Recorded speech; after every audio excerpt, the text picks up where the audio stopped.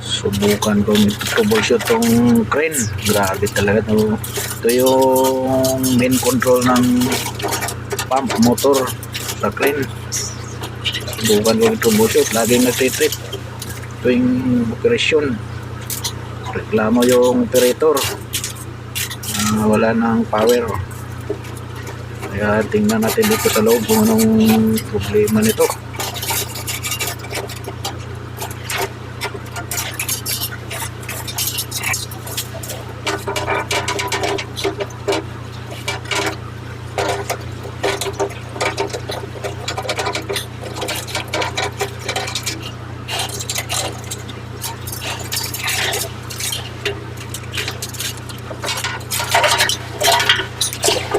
Ay naku, pansit yung wire, grabe.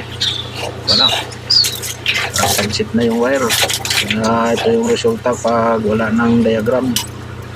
Pinapaypay na lang isa-isa yung wire, kaya nagkakagulo na. Mahirap ito.